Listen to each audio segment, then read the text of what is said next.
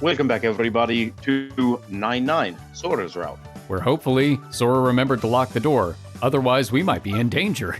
And hopefully we have more than 5 seconds left on this. I'm sure we have at least 25 seconds.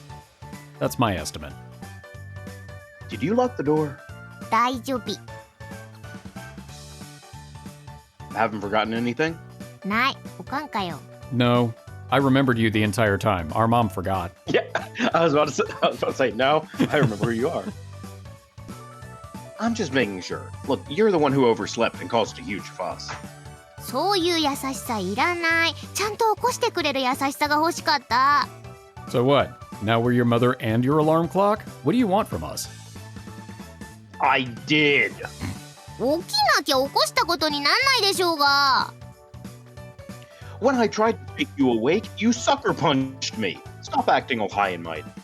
記憶にございません You know what? That's actually fair, because I have been smacked in the face when my wife was asleep, and she was trying to turn off the alarm, and she just went to the right and smacked me instead of actually turning off her alarm. Makes sense. Now, the bad thing is the alarm was on the opposite side. Convenient. あれだよニーニの寝顔ずっと眺めてたせいで寝るの遅くなっちゃったんだよ How many pictures did you take this time? That's creepy. おいやめろおいぐっすり眠れたの誰のおかげだと思ってる Look, just because you hold our hand doesn't mean that you can start snapping photos with the other hand. Thank you so very much for your help with that. ちょっと急ぎますわよお兄様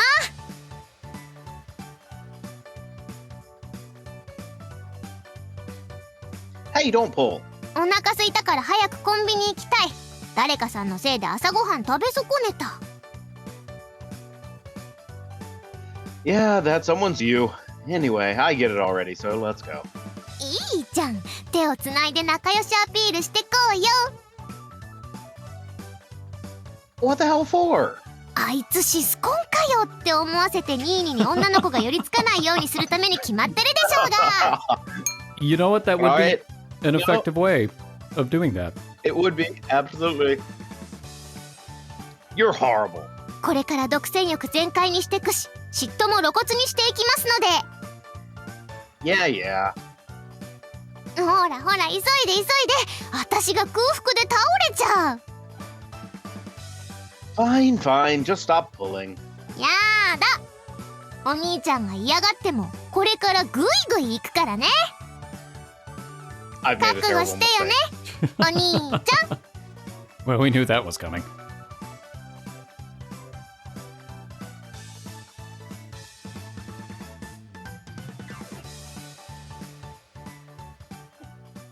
You were closer. I'll be honest, I thought it was going to be a lot more time for what would have been in, H scenes. Nope. 9空色空歌空の音 Oh, that's a cute background. I like that. That's a really good background. Love it. All right, so that was Sora's route, episode 2. Yeah. What do you think of episode 2? We got a lot of different reveals. Yes, we did. About, in some ways, how powers work. We still don't know Haruka's power. We got a reveal that Yoichi is a bad guy. Sophie might be. Unless she's got an evil twin. Yeah. With a twirly mustache, which is what I'm still hoping Yep. for. So, what do you think about all of that? And what do you think about episode 2 as a whole? I loved episode 2. I think episode 2 took what worked really nicely with the character development and the story development in episode 1, and they built on it in a really meaningful way. I love Sora as the main female protagonist because she's funny, she's lighthearted, and she's a really interesting character in a lot of different ways. Even dealing with essentially an existential crisis, because she was on the verge of just completely blipping out of existence, she was still hanging on. And it also really nicely highlighted the strong suits about Kakeru's character. And then in terms of the reveals about the greater mystery and the world itself and the artifacts and things like that, I think they did a really good job of introducing more concepts without kind of shoveling it down your throat. Because that easily could have happened, especially with more nuanced details as they're coming out. But I have to say, the thing that really caught me off guard, I did not think that there was going to be a full confrontation with Ghost and a follow-up confrontation with Takamine. I really thought that it was going to be a situation kind of like we had alluded to before, like Zone of the Enders, where we fought Ghost, but really had no way of actually beating her. And then in episode 3, we would come back and actually finish off Rigveda for good. But instead, we killed Ghost. Well, she killed herself. And then Takamine had his power stripped away, then later revealing that they may have not actually had some of the powers that they were fighting with, which that was a bombshell of a reveal, and a fantastic one at that. Anyway, what did you think? I also really loved episode 2. I liked episode 1 because episode 1's introducing everything. You can't have, it sets up the premise. Mm-hmm. But episode 1 leaves a lot on the table. It leaves almost everything on the table, actually. Yeah, because it's very basic. Because it doesn't really, and it doesn't answer any of the questions it sets up. No. It just sets it up and that's it. Which I could see being a criticism. Like, if you are not playing these games in a row, if you're playing them when they release like a year apart and you're like, episode 1 answered nothing, there's not really a conclusion, I can see being annoyed with that. Oh, absolutely. For me, it wasn't a problem because we're doing it just straight through. I think episode 2 was a lot better than episode 1 in every single way. Like you said, it took what worked and it made it better. I think the humor was really good. I think they cut a good balance with Sora.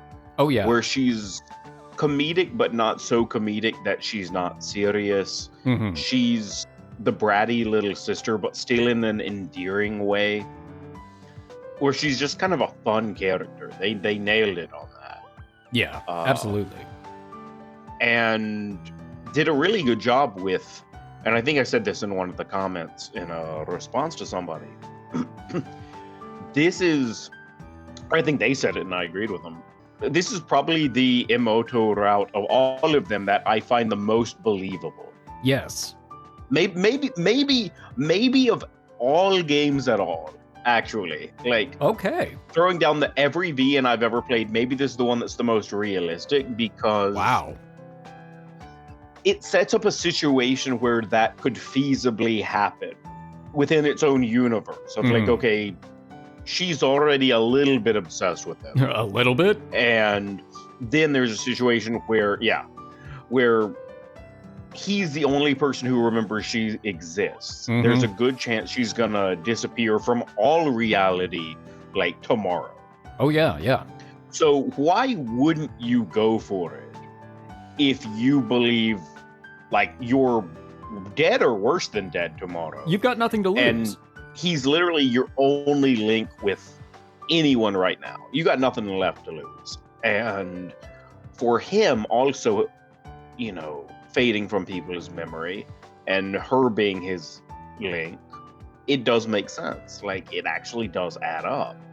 Well, and yeah, I thought it worked really well. And the thing that I also found interesting as a difference between episode 1 and episode 2, the bad end in episode 1 is inevitable.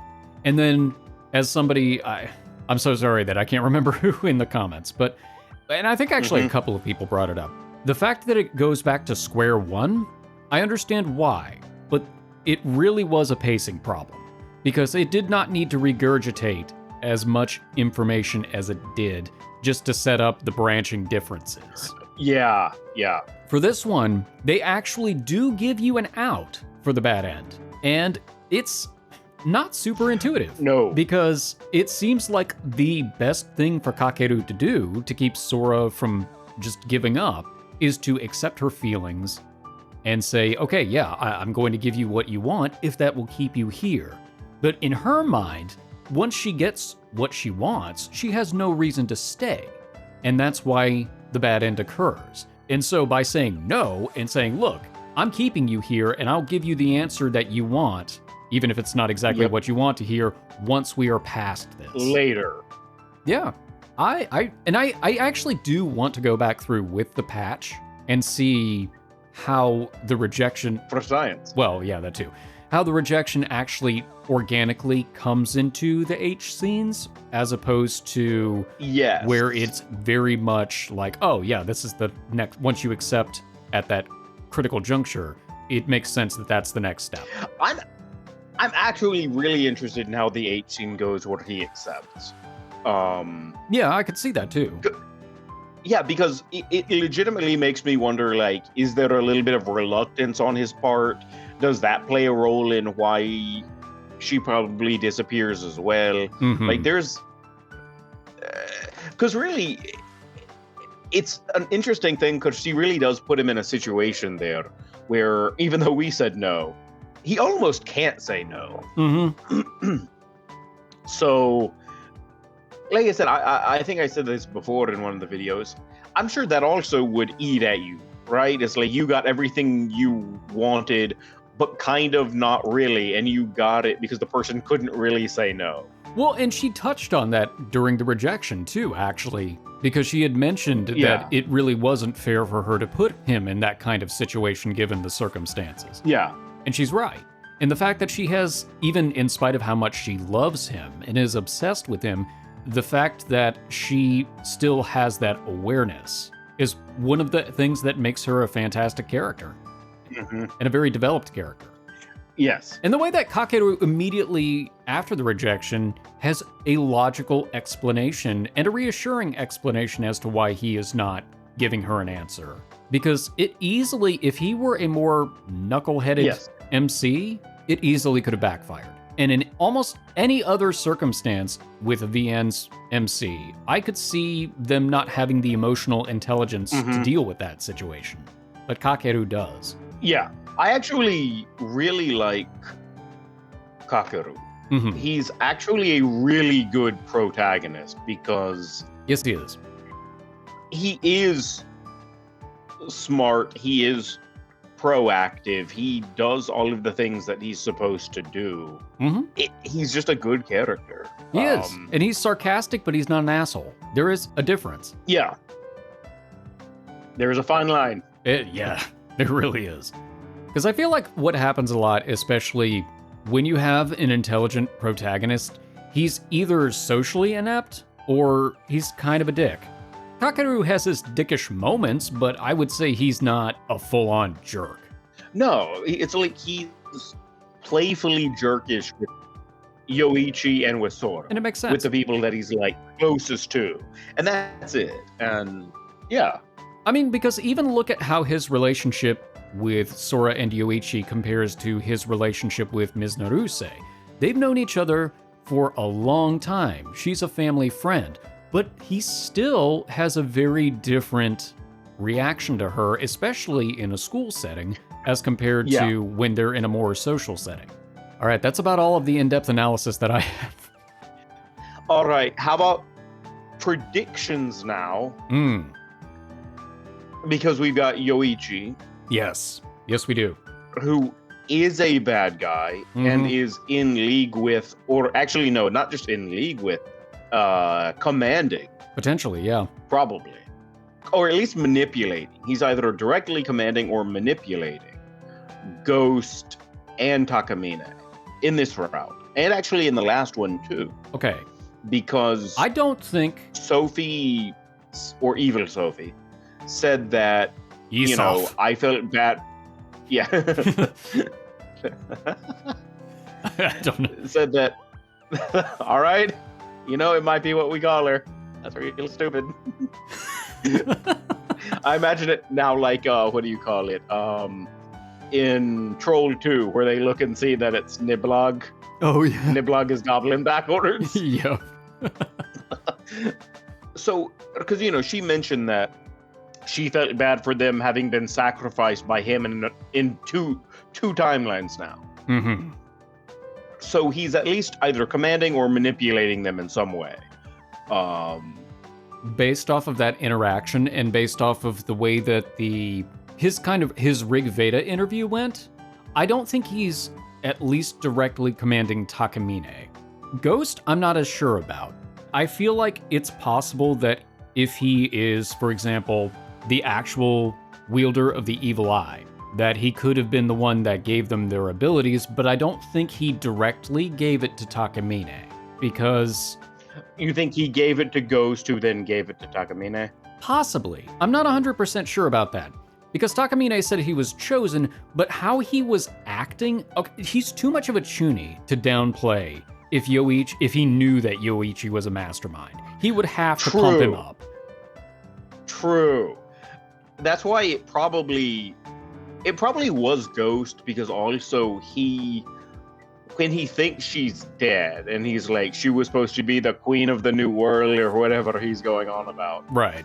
It would make sense for him to put her on like this high pedestal of like, I'm the general to the queen of the new world, if she's the one who gave him his power.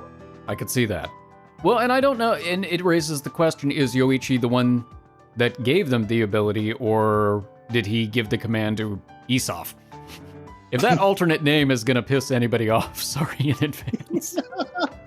Until we know otherwise. So I think that Epos... Epos, yeah, that probably is better. Epos. I just like Isov because it sounds like Usopp from One Piece. I think Epos, it's the same type of relationship that Takamine and Sophie, that we have with Sophie. Kakeru and Sophie. Where, like, we're like the leader of the group in some way. Yeah. Because clearly he's in charge. Mm-hmm. Like, Yoichi's the guy. He does seem to be. And Ghost probably is much more in the loop than Takamine. You're right, Takamine, there's no way he'd be able to keep a secret, I don't think. Not like that. No. He definitely is more of a pawn. Yeah. He's definitely in the plan, but he's not part of the plan. Exactly. I think. Yeah. So it is interesting because I wonder how will, from a future standpoint, how will we find out, not we like you and I, Bridge Boys, but how will we in-game find out that Yoichi's the bad guy? I don't know. Well, and here's an interesting situation too that I've been I've mulled over a little bit of it, but now with this new information about Yoichi, it adds a new layer to it. So the general gist that I've got is most likely, in some capacity, Kakeru in episode 3 is going to be working with Rig Veda. Mostly because, he's with Kosaka Senpai. Yeah. That means that he's going to be spending a lot more time, obviously, in the presence of Ghost and of Takamine. Mm-hmm.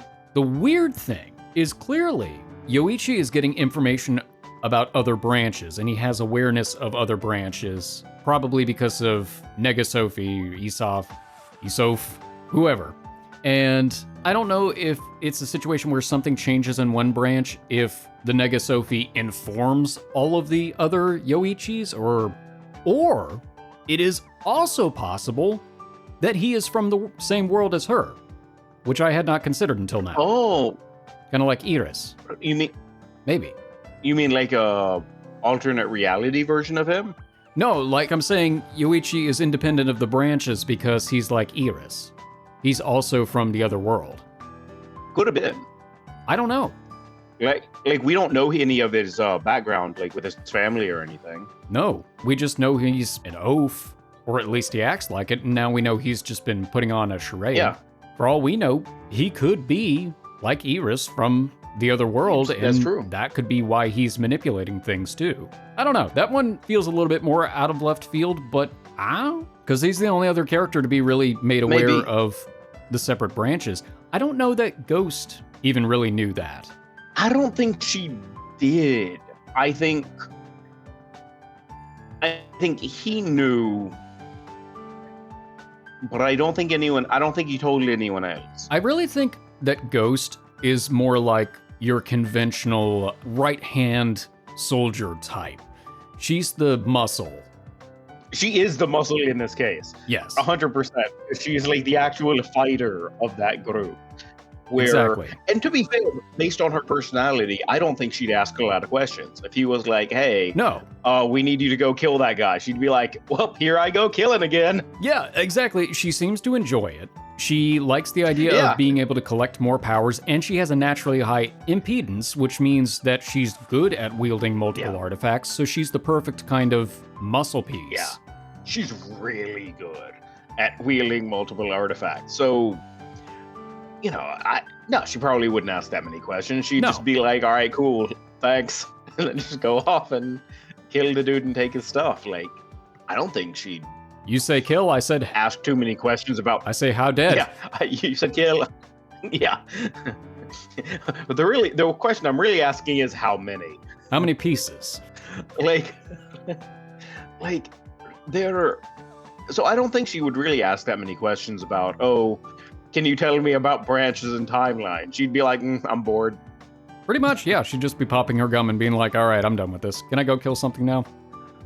Yeah. So, and then with Takamine, if he is just a pawn, you wouldn't tell him anything about that anyway. Doesn't matter. You give him just enough information to serve the purpose that you have for him and nothing else. So it'll be interesting. Like, you're right. Maybe if we are aligned with Rig Veda, you know, on the outside at least. Yeah. Maybe then that's how we meet Yoichi. Like, if we get in enough, maybe he reveals himself. Maybe something happens where he officially reveals himself. Like, all right, hey, that could be. I'm the guy in charge. Surprise, Kakeru. What's interesting is now that we know that there is either Sophie is evil or there is an evil Sophie, and that Yoichi is her guy, it means that we've still got 2 episodes left. It's not just episode 3. Nope. So that's really interesting to me, that this feels like the reveal you put 3/4 of a way through a story, not halfway. Well, I would not be surprised at all if there was more detail that we get in episode 3, because this series has done a really good job of slowly introducing new stakes and raising them. You gotta give it that. Was there anything else that we want to cover as we wrap this up? No. I think that's pretty much it for all of our speculation and thoughts on episode 2, which I really liked. I'm really looking forward to episode 3. Me too. Well, thank you all so much for watching. We hope you enjoyed this entire episode and this part, and we hope you're looking forward to the start of episode 3. For now, we are the Bridge Boys, signing off.